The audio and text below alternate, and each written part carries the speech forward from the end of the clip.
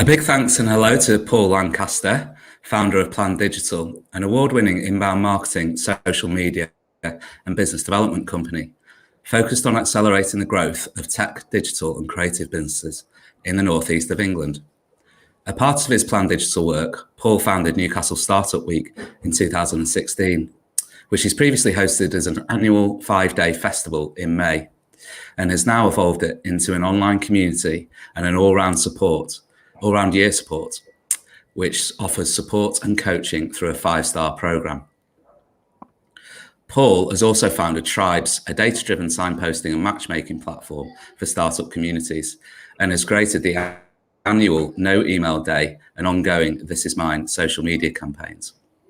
Well done on what you've achieved so far, Paul. You must be so proud of the role you've had in helping and engaging the tech, digital and creative sectors in the Northeast. Would you like to tell us a little bit more about how it all started in 2016?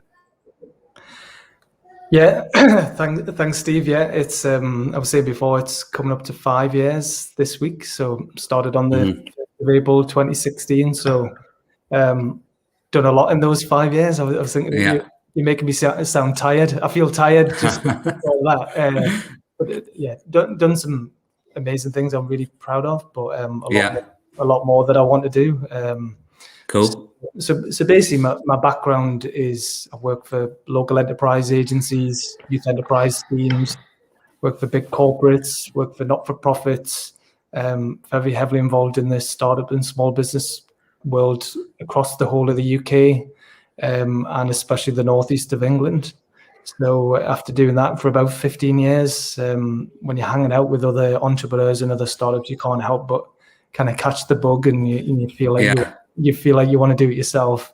So I finally started my own business to do the same or similar things independently and on my own terms that weren't reliant on grants or funding, because I found that a lot of the time budgets would get cut, grants would change, and you can't necessarily do the things that are really needed by the people in the local ecosystem. So that's what I've tried to do ever since, is try to find ways to do what's actually required, rather than what is national government or European funders say.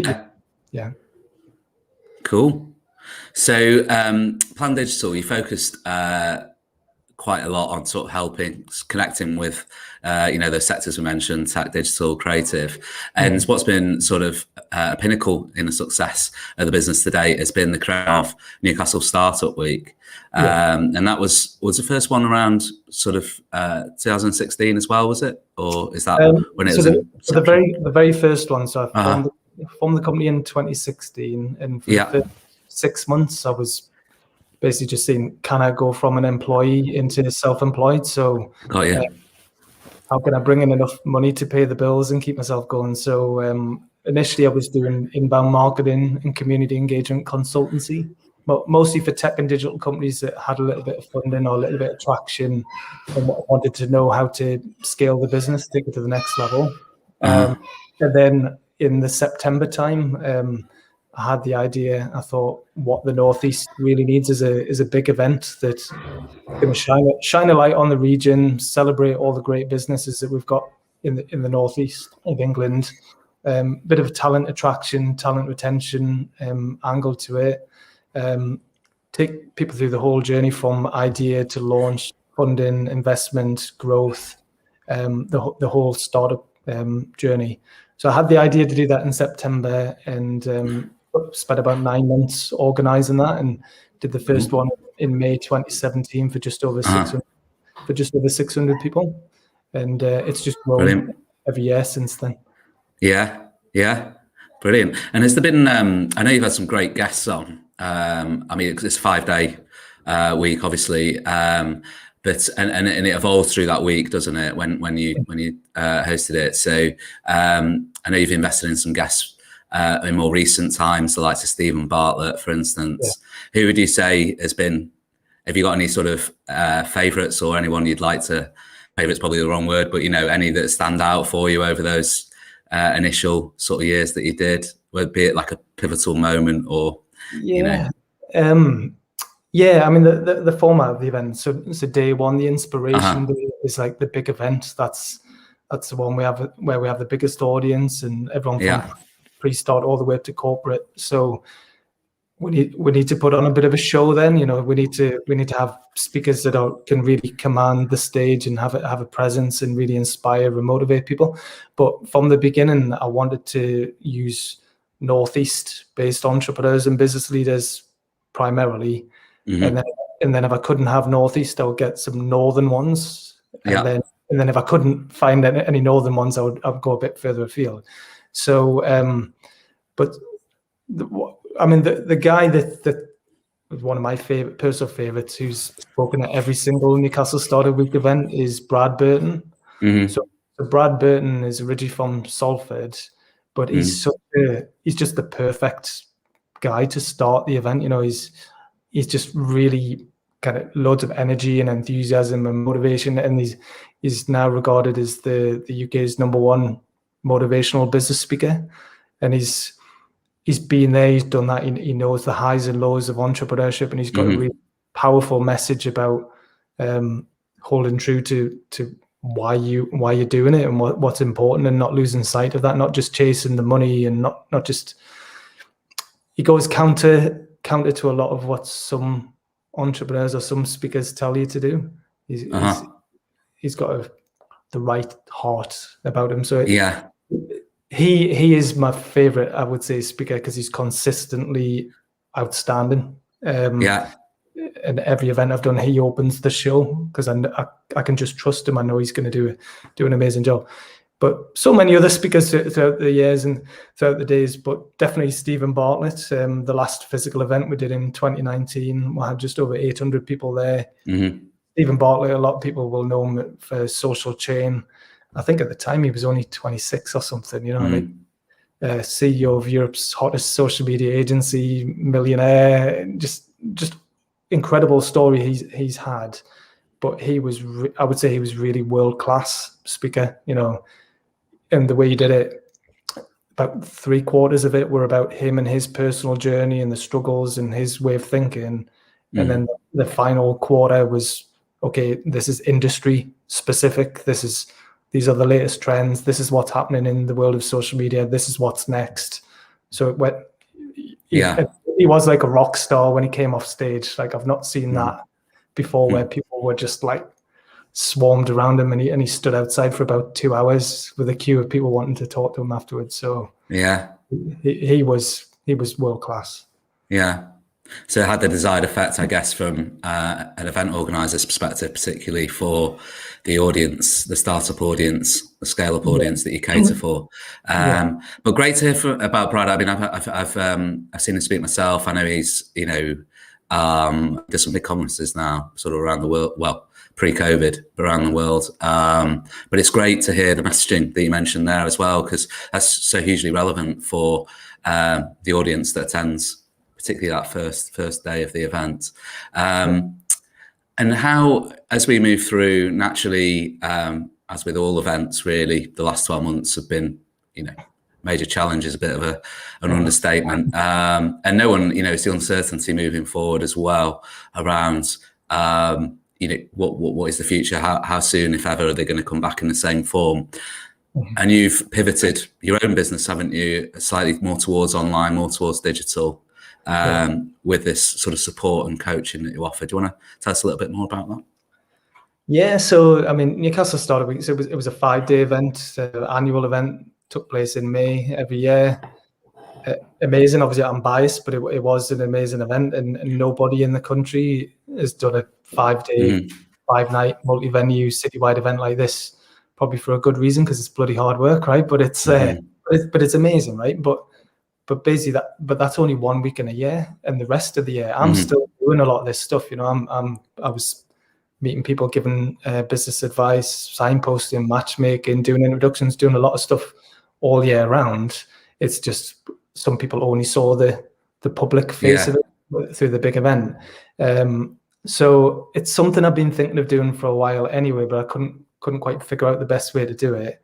But last year, because of COVID, I couldn't obviously do the physical event, but I did an online event in May for just over 300 people, and again in September for just over 200 people.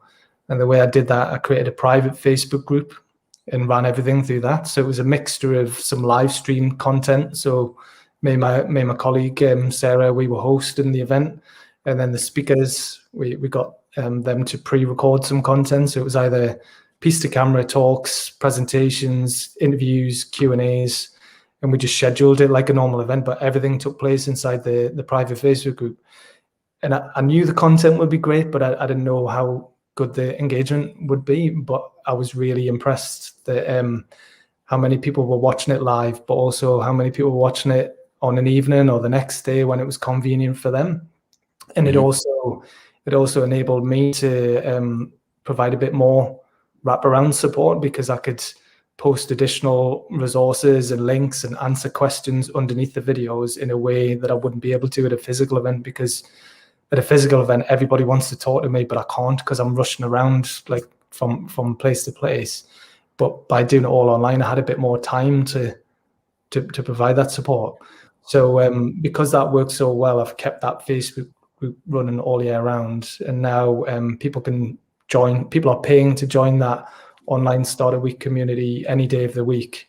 And they get 12 months access to that Facebook group every Monday to Friday. I'm signposting, I'm sharing useful resources, inspirational content, and I'm doing one-to-one consultations with people as well. Everybody who pays to join gets a 1 hour business consultation from me. And I'm basically, my focus is on those members. Instead of spreading myself too thin, I'm focused on helping those people, whatever stage that, get to the next stage. And it's still structured according to the 5 themes of Startup Week. That helps me focus and structure the content that I'm putting in there. So it's basically pivoted, and I'm saying that every week can be a Startup Week, not just 1 week in May. So the Newcastle Startup Week website, that's what it is. It's an all year round resource with free blogs and videos for anyone to access, plus the paid for community. And then there's the deeper level one-to-one coaching program that I've just launched as well. Fantastic. And it's great to hear what you say. It's what you're saying there around the support and the sort of interpersonal nature that the online pivoting, the new area of the business that you've evolved now allows you to have, essentially. And from a startup's perspective, it goes without saying, often it's can be quite an isolated world out there, particularly if you've moved or used to working in a company, in a corporate or, a small company, and all of a sudden you're perhaps in a small team or even working on your own. And so having that sort of ability to reach out to someone like yourself, I guess, who can offer that support, and discuss things, will also get the sort of coaching. I can certainly see the value in that. And what's your view around, it's such an uncertain time at the moment, but and no more so than for an events sector. But what's your view on what the future might hold? Do you think, are you going to pursue this sort of area of the business further? Do you think you'll bring back the physical events when you can, or is it TBC? Have you had any thoughts about that? It's very difficult to plan any events at the minute. So I'm not, at the end of last year, I wasn't planning on doing another 5-day Newcastle Startup Week at this scale that I have done. So I was already thinking I probably wouldn't do that again.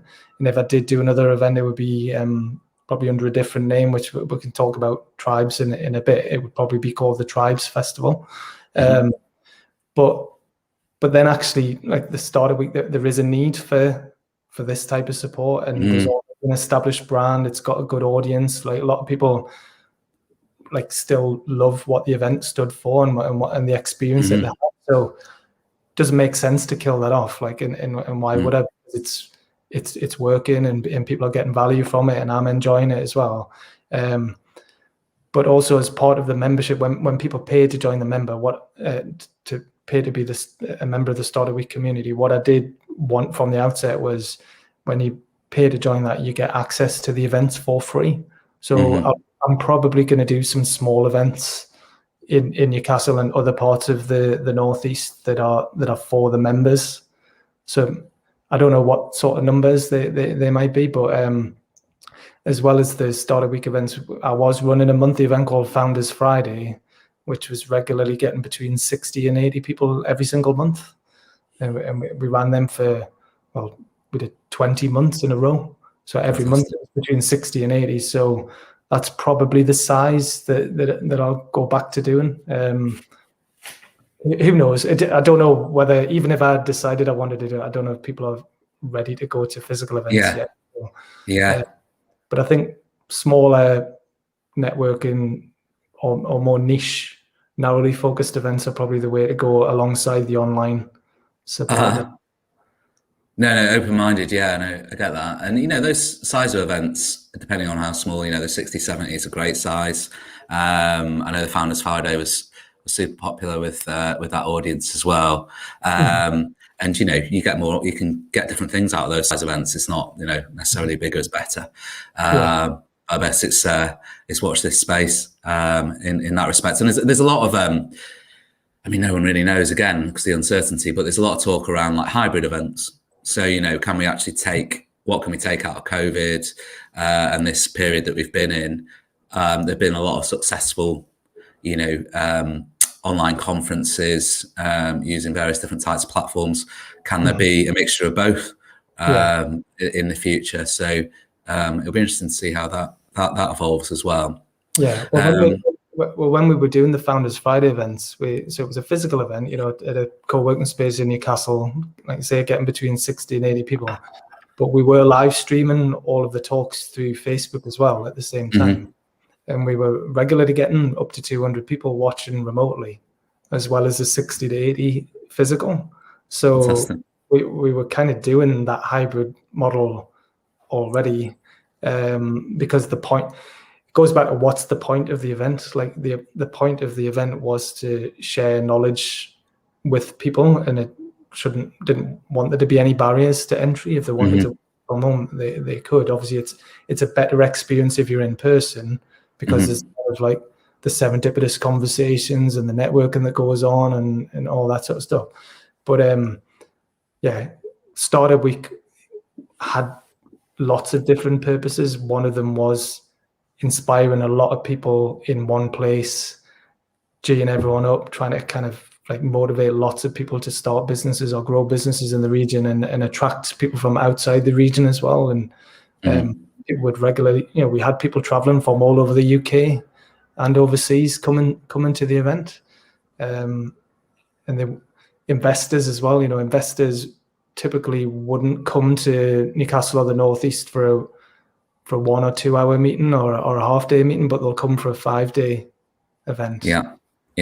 Or people who are looking to relocate and they want to see what's going on in the region, they'll come to a 5-day event, because then they get to see everything in one place. So that was a key aim for the event.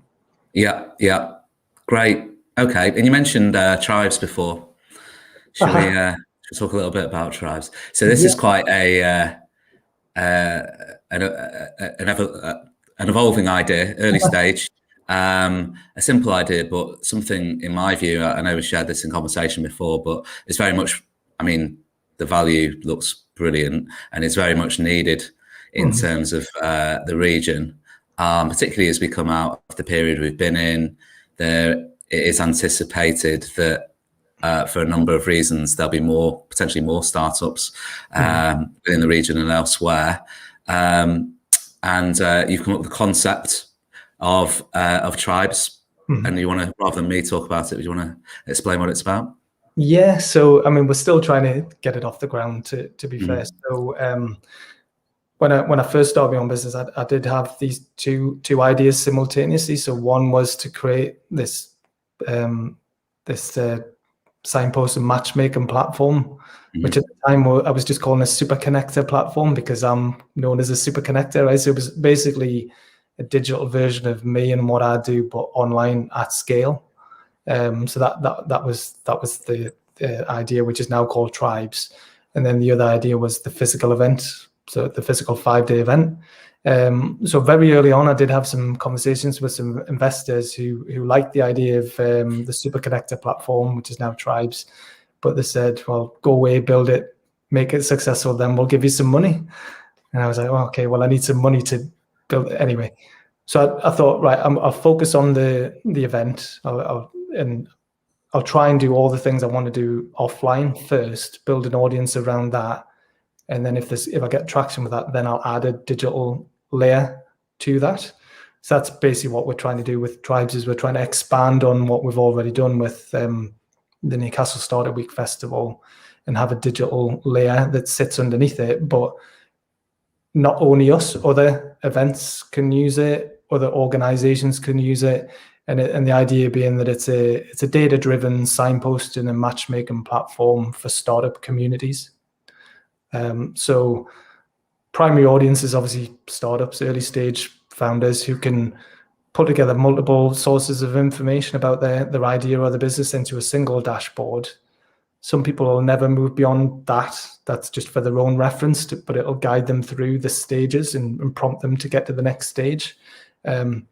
But we want them to pay to upgrade, and that'll unlock additional features and also make them searchable and discoverable by people that are looking for people like them. So funders, investors, support organizations, non-executive directors, all the people that they probably need to meet to get them to the next stage. Yeah. So we'll call it Tribes because there's all these different groups of people who don't really know how to meet each other. Mm-hmm. So that we're thinking of them as tribes, and they would normally come to an event like Newcastle Startup Week. That's where they would meet each other. They would come to an event like ours to connect and find each other, and then people can build their own unique tribe around their idea or their business as well. So every user will have their own unique experience of this platform, and they can have their own community. That can be a tribe, but they can potentially connect to all these other tribes around the country and around the world. And it's not like a social media platform. It's not like a Facebook group or LinkedIn or anything like that, which is still mostly marketing and communications and quite a superficial kind of level. Tribes is centered around the idea and the business. It has a deeper knowledge and insights of that business, and will make recommendations and signpost them based on their unique needs. So I think that's the key thing to get across, is it's unique and bespoke to each individual user. Yeah, fantastic. I really like the idea. And is there a scale up element as well? You mentioned there startups. If they're already established businesses, is that relevant as well? Yeah. So we do want it to be. We appreciate not everybody. We think a lot of people are going to be at the lower end, like startup, pre-start, early stage, to get their idea out of their head and into some sort of useful format that's going to at least get them to launch and find the relevant people, products, services, and support, right? But then once they're already up and running, that it doesn't end there. If they're already using Tribes, they can use it to find potential customers and clients and partners and still funding as well for as and when it's appropriate.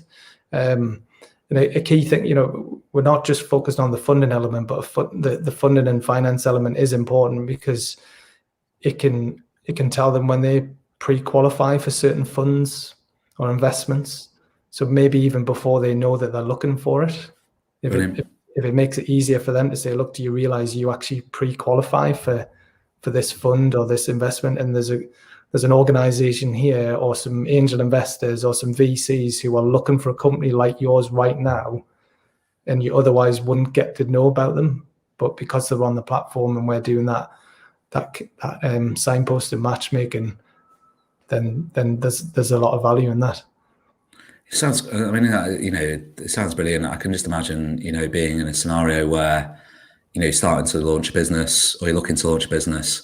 It must be difficult for most people in that scenario to actually know confidently know all the different areas or places to go and look for funding support, to find out even what's out there, let alone all the other support in the key areas that you require to start that business. So if you can create a destination that pulls all that together and then also offers additional on top that's tailored essentially to that organization or that future organization, I think it's a great concept, and I wish you the best of luck in terms of formulating that initial concept, and hopefully or should I say the product form of the initial concept, and hopefully it can move forward from where it is at the moment. And we talked a bit about communities. The essence of it comes across very strongly when we talk, and when you talk about Plan Digital, and the creation and evolution of Startup Week and everything that goes with it. Really, you're hugely passionate about communities, the regional business community, that tech, digital, creative sectors particularly. And I just wanted to sort of touch on a couple of hashtags. You've always been very active through social media, and you've engaged communities effectively, not just through those channels, but it's noticeable that through those channels you're very active and effective. And you created a hashtag, for those that don't know, This Is Mine. Do you want to talk us a little bit around that? I know it's sort of run in the background for a while now. It's been active for a while, but do you want to talk us through the idea and what's happened there? Yeah. So that was in 2016 as well. So it was a good year for me, 2016, launching the business and coming up with all these ideas, right? But where that came from is because I've been in so many meetings and so many events where people are saying, oh, the Northeast, we've got so much great stuff going on, but we're not very good at telling the world, and we're not very good at shouting about ourselves. And wouldn't it be great if we had a big campaign? And everyone was saying that, but no one was coming up with anything. And people were still referring back to this, there was a campaign called Passionate People, Passionate Places, which was a regional development agency campaign, and it was a good campaign, very high profile. But one thing I would say about that is you get passionate people everywhere. It could have been anywhere. That's not unique about the Northeast. You get passionate people and passionate places everywhere, right? But I think what it did was it did instill some local pride, it made local people feel good, like regional Northeast people feel good that there was a campaign that was celebrating things that were great about the region, and, a lot of money spent on TV ads and big national campaigns. But there is a bit of research that was published to show that they spent, I think, about 15 million on that, and there was no noticeable positive impact on the regional economy as a result. So people just saying, oh, let's bring that back. What? Come on, you got to think of something a bit better than that, right? So anyway, very difficult to come up with something that people can get behind that isn't just imposed on people. And I saw this with the Northern Powerhouse, when I was working for Tech North as well. People literally hated the phrase Northern Powerhouse when you spoke to them, but they loved the idea behind it. They loved the idea of autonomy and more decision-making power in the north of England and more budget and stuff. But they saw it sounded a bit Victorian and a bit imposed from national government down to the local people. So basically, I thought, let's try and come up with something that is more grassroots, ground up. And so came up with This Is Mine. So it's this is mine. It belongs to me. It belongs to us. I'm proud of this. This is unique to the Northeast. So this is mine, made in Northeast. So the hashtag is This Is Mine, brackets, made in Northeast. Right? So, and mine, mine in industry, you can have a bit of play with that, but people like that because it's not sector specific, and it's not Newcastle specific, it's not Sunderland specific, it's the whole region can get behind it. And from the very beginning, when I came up with it, I was encouraging Generator, Generator and Digital Union, they were looking for something along those lines. And I just said, look, here's something I've come up with. Why don't you test the water and see people so they put their backing behind it and pushed it, which is great.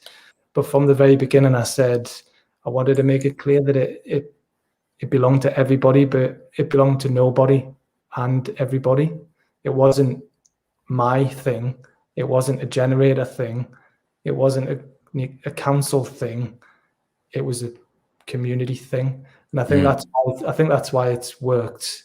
Is that from the very beginning I've been very clear on that it's yes, I might have come up with the idea, but it's come out of lots of conversations with lots of people over many years, and because I've continued to use that hashtag and I've continued to retweet people's tweets, and it's kept on going since 2016.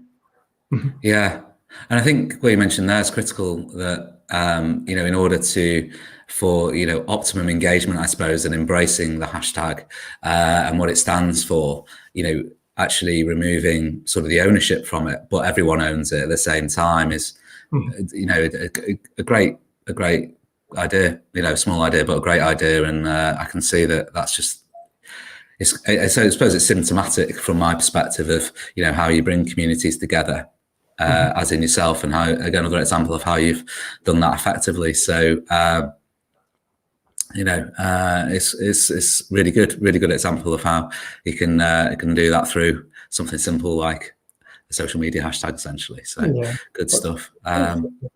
Because I think people have tried many times to start campaigns before and since, and they don't work, because again they're dictated to people, or they're imposed on people, and it doesn't really resonate with them. But when they feel like it belongs to them, and they've got a sense of ownership over it, and as soon as you have an established public sector organization or a certain organization behind it, then that can either turn people on or turn people off the campaign. So yeah, that's great.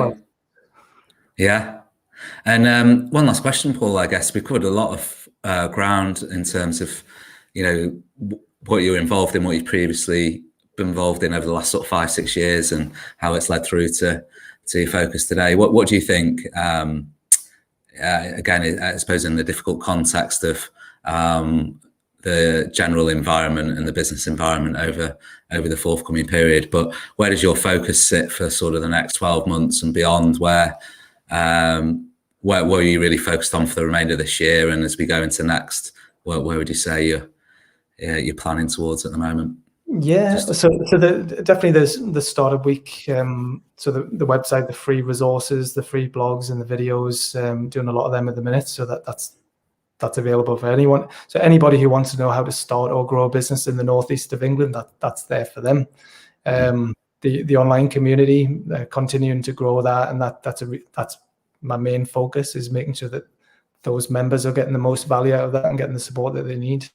And then the new 5-star focus program, which is one-to-one business and mindset coaching, which I just launched in January off the back of the community, because every member, like I said before, gets a one-to-one consultation, and I'm finding people are getting a lot of value from that, but I get a lot of value and enjoyment from that as well. But most people need more than an hour. So over the course of 5 days, I work with them one-to-one, 5 consecutive days, on helping them get real clarity and focus on what they're doing, like why they're doing it, what they want to achieve that week, that month, that quarter, that year. Because a lot of people don't know why they're doing what they're doing, or they forget why they're doing it. And I'm finding a lot of businesses, small business owners who've been going a few years, they're getting pulled into lots of different directions by other people, and they're moving further and further away from why they set out to start a business. So I'm helping them get back to that starting point. Right. And everything comes from there. And Tribes is an expansion of all of this. We want to develop that. So we're currently speaking to lots of funders and investors and partners who want to be using that.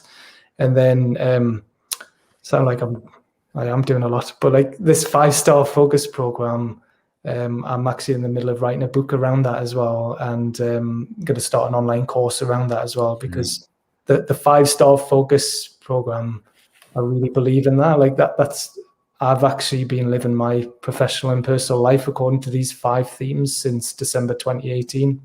and it's really helped me structure and my week and be more productive than I otherwise would. So definitely, I think that the five staff focus programs is a key thing for me, and the community and everything is all complementary to that. Fantastic.